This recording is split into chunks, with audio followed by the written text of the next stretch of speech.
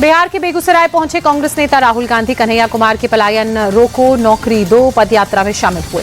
राहुल गांधी ने कन्हैया कुमार के साथ करीब 2 किलोमीटर तक पदयात्रा की। यात्रा में एनएसयूआई के राष्ट्रीय अध्यक्ष वरुण चौधरी, युवा कांग्रेस के प्रदेश अध्यक्ष शिव प्रकाश गरीबदास भी मौजूद रहे।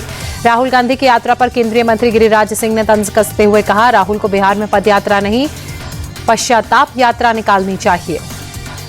3 दिन के जम्मू कश्मीर दौरे पर गृहमंत्री अमित शाह आज कठुआ के हीरानगर बॉर्डर जाएंगे, बीएसएफ जवानों से मुलाकात करेंगे।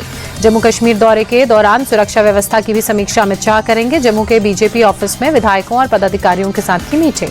वक्फ कानून को लेकर जम्मू कश्मीर विधानसभा में जबरदस्त हंगामा, नेशनल कॉन्फ्रेंस के स्थगन प्रस्ताव पर बीजेपी ने सवाल उठाए। बीजेपी विधायकों ने विधानसभा में जमकर नारेबाजी की। नेशनल कॉन्फ्रेंस ने वक्फ कानून पर चर्चा की मांग की। विधायकों ने सदन में बिल की कॉपी फाड़ी। वक्फ कानून को लेकर आज सुप्रीम कोर्ट में सुनवाई, कोर्ट से दायर याचिकाओं पर जल्द सुनवाई की मांग की गई। वक्फ बोर्ड संशोधित कानून के खिलाफ सुप्रीम कोर्ट में एक और याचिका दाखिल की गई। यूपी के रहने वाले तैयब खान सलमानी एंड अंजुमन कादरी ने दायर की याचिका। जमीयत उलेमाए हिंद ने सुप्रीम कोर्ट का दरवाजा खटखटाया। मौलाना अरशद मदनी ने कहा, ये कानून हमारे मौलिक अधिकारों की हत्या है। वक्फ में बदलाव वाले कानून को सुप्रीम कोर्ट में चुनौती देगी आरजेडी। राज्यसभा सांसद मनोज झा का बयान। वक्फ कानून के समर्थन में बीजेपी अल्पसंख्यक मोर्चा उतरा। दिल्ली के शाहीन बाग में पदयात्रा निकाली। वक्फ कानून के खिलाफ सुप्रीम कोर्ट में याचिका। कपिल सिब्बल ने सीजेआई से मामले में जल्द सुनवाई की मांग की। चीफ जस्टिस ने सुनवाई का आश्वासन दिया। वक्फ संशोधन बिल को लेकर केंद्रीय मंत्री शिवराज सिंह चौहान ने कहा, वक्फ संशोधन बिल गरीब मुसलमानों का कल्याण सुनिश्चित करेगा। राष्ट्रपति की मंजूरी के बाद वक्फ बिल बना कानून। केंद्रीय मंत्री प्रहलाद जोशी ने कहा, जल्द जारी होगा गजट नोटिफिकेशन। केंद्रीय मंत्री किरण रिजिजू ने कहा, वक्फ कानून जिन्हें समझ नहीं आया वो लोग ही इससे नाराज। कुछ सालों में गरीब और पिछड़े मुसलमानों को इसका लाभ मिलेगा। केंद्रीय मंत्री सीआर पाटिल ने कहा, पुराने कानून में बहुत कमियां थी, इसलिए इसमें संशोधन हुआ। राहुल लालू और ममता बनर्जी पर गिरिराज सिंह का अटैक, मुसलमानों को खुश करने में जुटे हैं। वक्फ कानून पर दिए तेजस्वी के बयान पर भड़के बिहार के डिप्टी सीएम विजय सिन्हा ने कहा, सत्ता के लालच में तुष्टीकरण की राजनीति कर रहे हैं। बीजेपी सांसद सुकांता मजूमदार ने कोलकाता में रामनवमी जुलूस पर हमले का दावा कर कहा, गाड़ियों पर बरसाए गए पत्थर। सुकांता ने हमले का वीडियो भी अपने एक्स अकाउंट पर शेयर किया। कहा, गाड़ियों पर पत्थरबाजी की गई, विंडशील्ड तक तोड़ दिए गए। कोलकाता पुलिस का सुकांत मजूमदार के आरोपों से इनकार। कहा, किसी भी जुलूस के लिए अनुमति नहीं ली गई थी।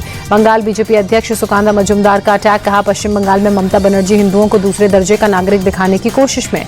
कोलकाता में मुस्लिम समुदाय के लोगों के साथ रामनवमी के जुलूस में शामिल हुए टीएमसी नेता कुणाल घोष ने कहा, मिलजुल कर मनाने चाहिए त्योहार। मिथुन चक्रवर्ती का टीएमसी पर निशाना। कहा, सड़कों पर 1 लाख से ज्यादा लोग थे, क्या कहीं हिंसा देखी?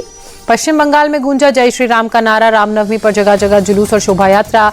सिलीगुड़ी में मुसलमानों ने पुष्प बरसाए।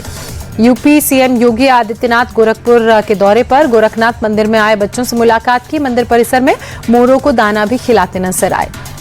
गोरखपुर में सीएम योगी ने जनता दरबार लगाया, एक-एक कर लोगों की फरियाद सुनी।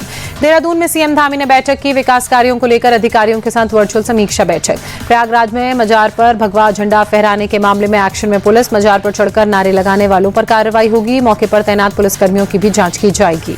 भारतीय शेयर बाजार में बहुत बड़ी गिरावट, खुलते ही 2600 अंक नीचे गिरा शेयर बाजार। प्री ओपन में सेंसेक्स 4000 अंक लुढ़का। ट्रंप टैरिफ का भारतीय शेयर बाजार पर भारी असर। निफ्टी में भी दिखी 1000 से ज्यादा अंकों की गिरावट। सेंसेक्स के अभी 30 शेयरों में गिरावट। करीब 72,300 के स्तर पर कारोबार कर रहा सेंसेक्स। 22,000 से नीचे कारोबार कर रहा Nifty. Tata steel, Tata Motors और इन्फोसिस करीब 10% टूटे। टेक महिंद्रा, HCL टेक और LNT में भी 8% की गिरावट। NSE के सेक्टोरल इंडेक्स में निफ्टी मेटल सबसे ज्यादा 8% टूटा। IT, ऑयल एंड गैस और हेल्थ केयर इंडेक्स में करीब 7% की गिरावट। हर सेक्टर का निफ्टी इंडेक्स लाल। बाजार खुलते ही BSE पर लिस्टेड कंपनियों का मार्केट कैप 19 लाख करोड़ रुपए घटा। करीब 700 रुपए सस्ता हुआ सोना। देश भर में ज्यादातर शहरों में 10 ग्राम सोने का भाव 90,600 रुपए हुआ। ओला इलेक्ट्रिक को महाराष्ट्र सरकार ने ट्रेड सर्टिफिकेट मामले में नोटिस भेजा। 3 दिन में जवाब मांगा। नोटिस में गैर कानूनी तरीके से वाहन बेचने का आरोप। जेपी मॉर्गन ने वैश्विक मंदी का अनुमान बढ़ाकर किया 60%। ग्लोबल ग्रोथ रेट स्लो होने पर खतरे की बात। ट्रंप की टैरिफ नीति के चलते आशंका बढ़ी। टाटा ग्रुप की financial services company Tata capital IPO लाने की तैयारी में जुटी। कंपनी ने IPO के लिए सेबी के पास ड्राफ्ट पेपर्स फाइनल किए। इशू से 15,000 करोड़ जुटाने का प्लान।